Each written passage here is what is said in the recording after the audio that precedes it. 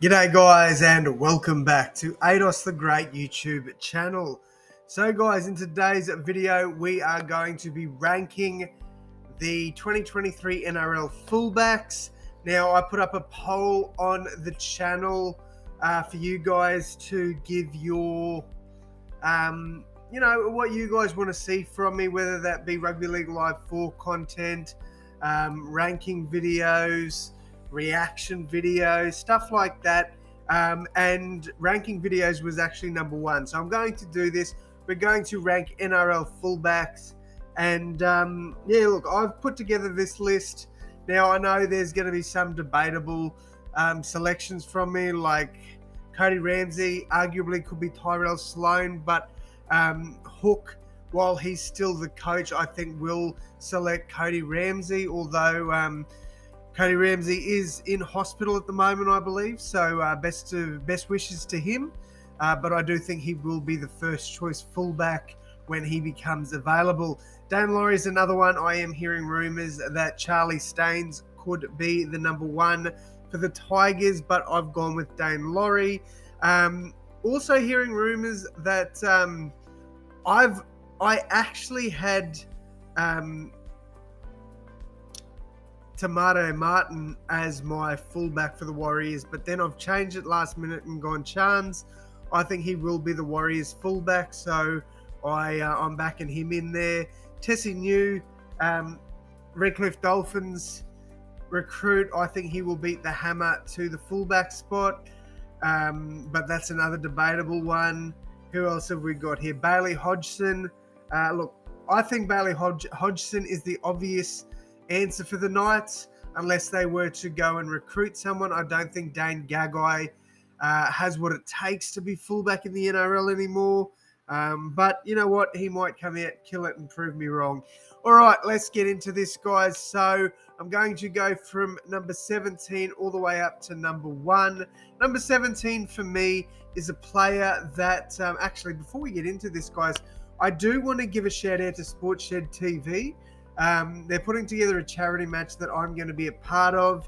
So if you guys could jump over to the YouTube channel and subscribe to that, because if you can't get tickets to the game, they are aiming to try and live stream it, and they can't live stream it without hitting 1,000 subs. So please go and show them some support. But back to the video.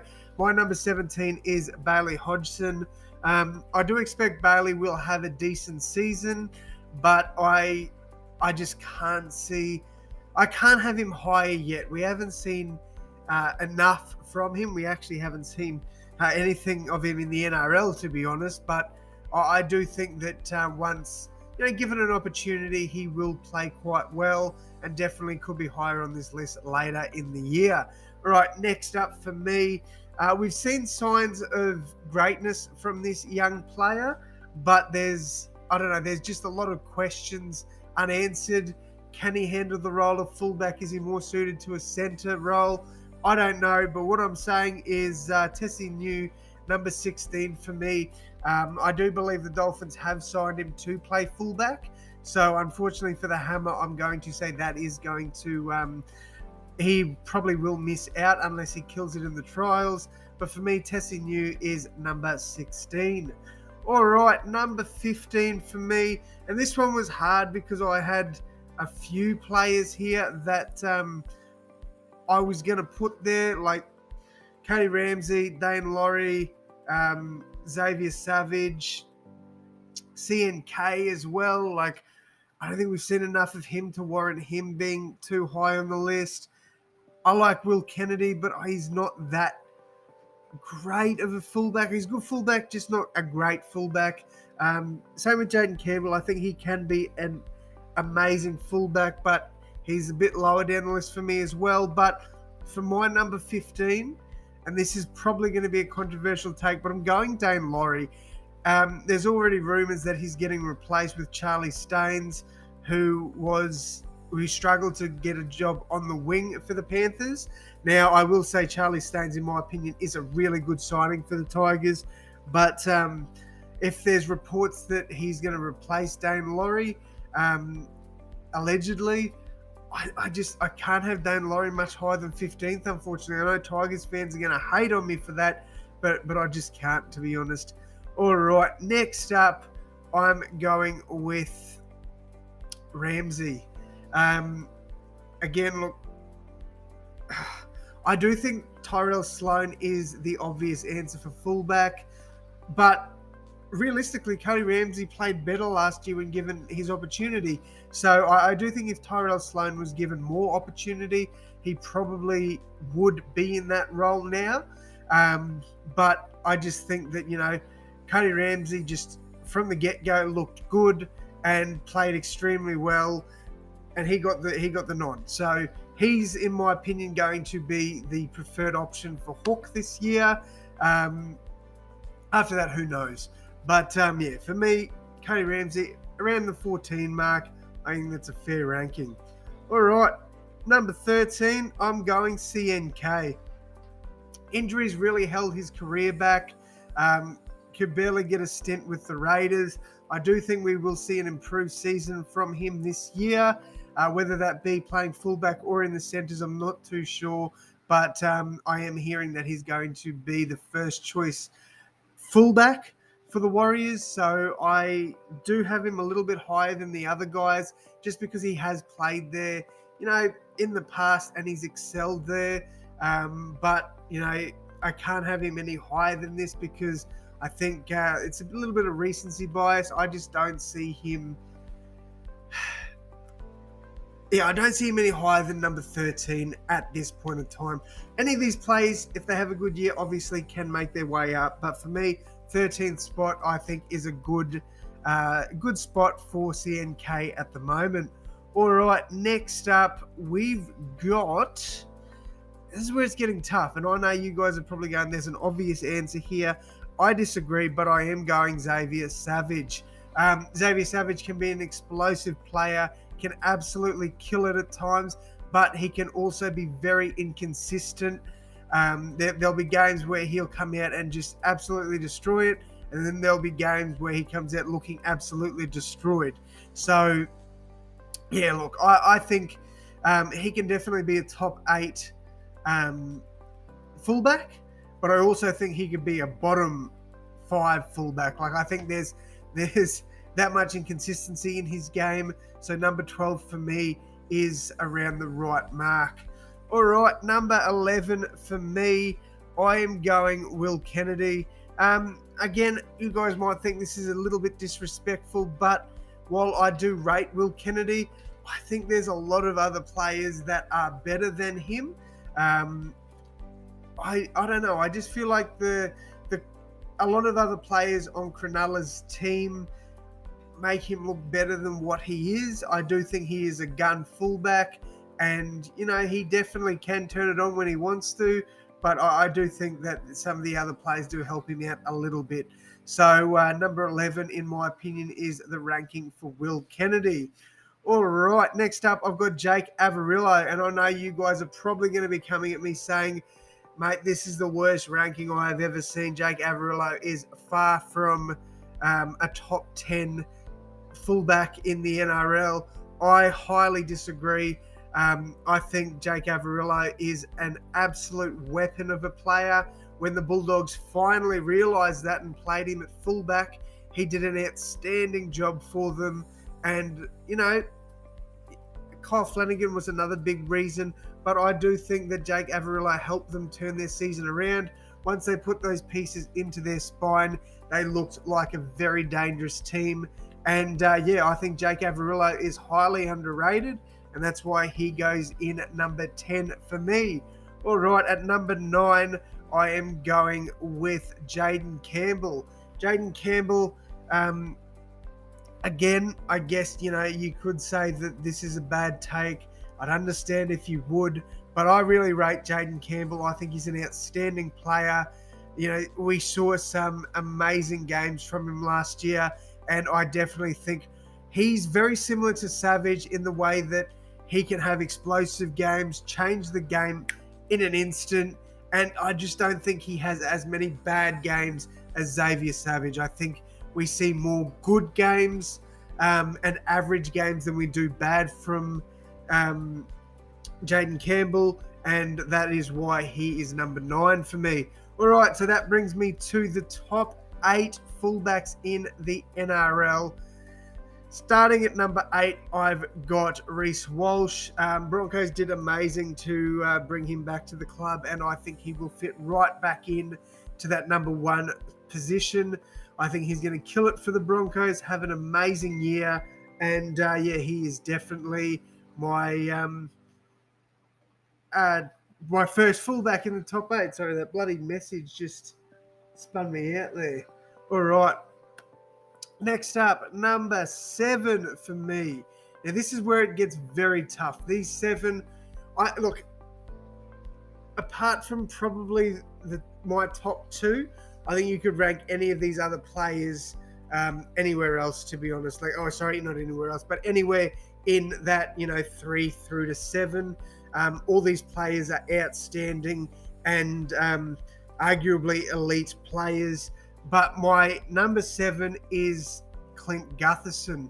I just think I love Clint. I think he's a good player, or he's a great player.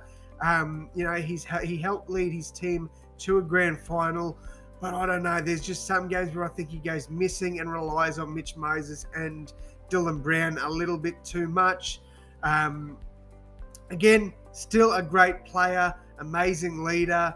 But I can't put him higher in my opinion. I know you guys probably will have him slightly higher, but I just can't. All right, number 6, I've got Scotty Drinkwater. Now, started off in the halves, and then the Cowboys said, you know what, let's move you to fullback. And he absolutely killed it. I tell you what, he looked amazing last season. Cowboys looked amazing.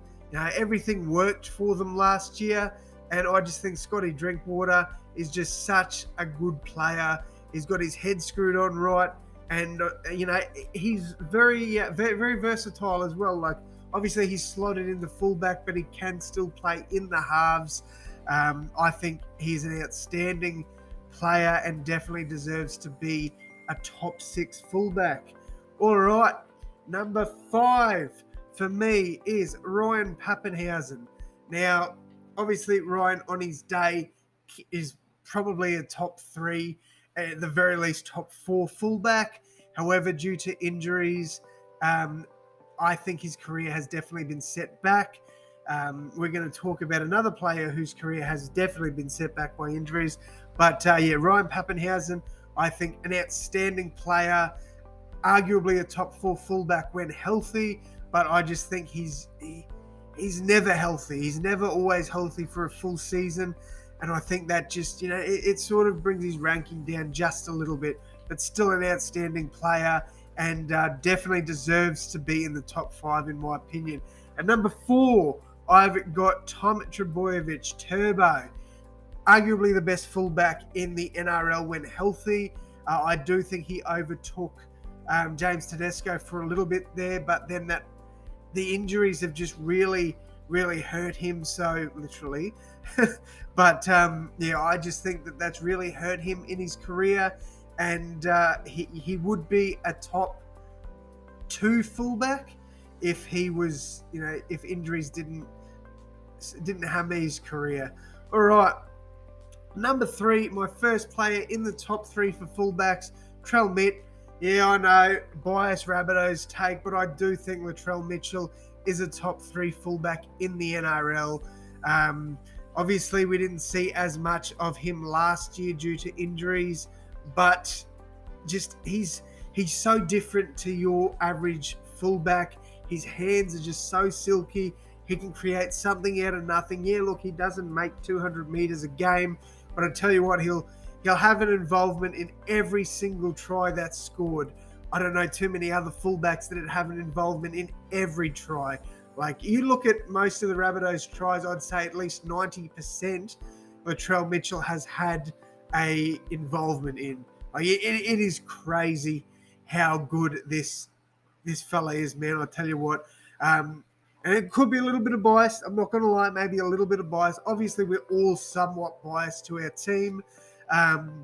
But look, on his day, I think Latrell can definitely be a top 1 or 2 fullback.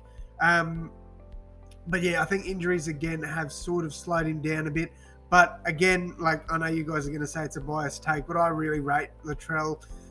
He's fast becoming my favourite player in the NRL, not just on the field but off it as well. I just love the confidence and energy that he sets off, basically. So Latrell, number 3 for me. Number 2, Dylan Edwards.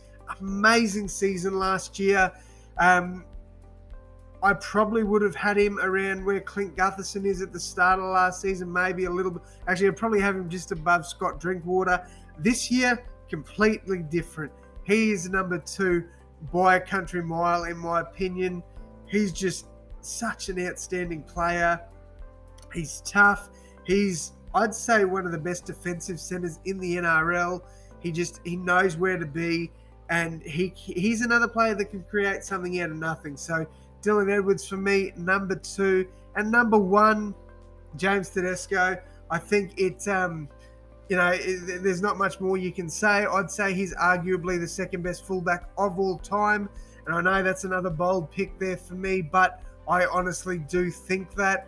I think he's definitely up there in the conversations. Whether you agree or disagree, I honestly think he is. But yeah, guys, look, that's going to wrap it up from me. Let me know who you would have in your ranking. Do you agree with my top 8? Are there players you'd take out and players you'd bring in? Or let me know, guys. And also let me know, like, do you agree with CNK, Cody Ramsey, Dane Laurie, Tessie New, and Bailey Hodgson being there? Or do you think that there should be another player replacing them? Let me know, guys. But that is going to wrap it up from me. Thank you all so much for tuning in. Don't forget, guys, new podcast episode drops on Sunday, so make sure you check that out. Also, jump over to Spotify. I've already got 2 episodes up on there as well. Check that out, guys. But that is going to wrap it up. Thank you all so much. And as always, my friends, I will see you in the next one. Thanks, guys.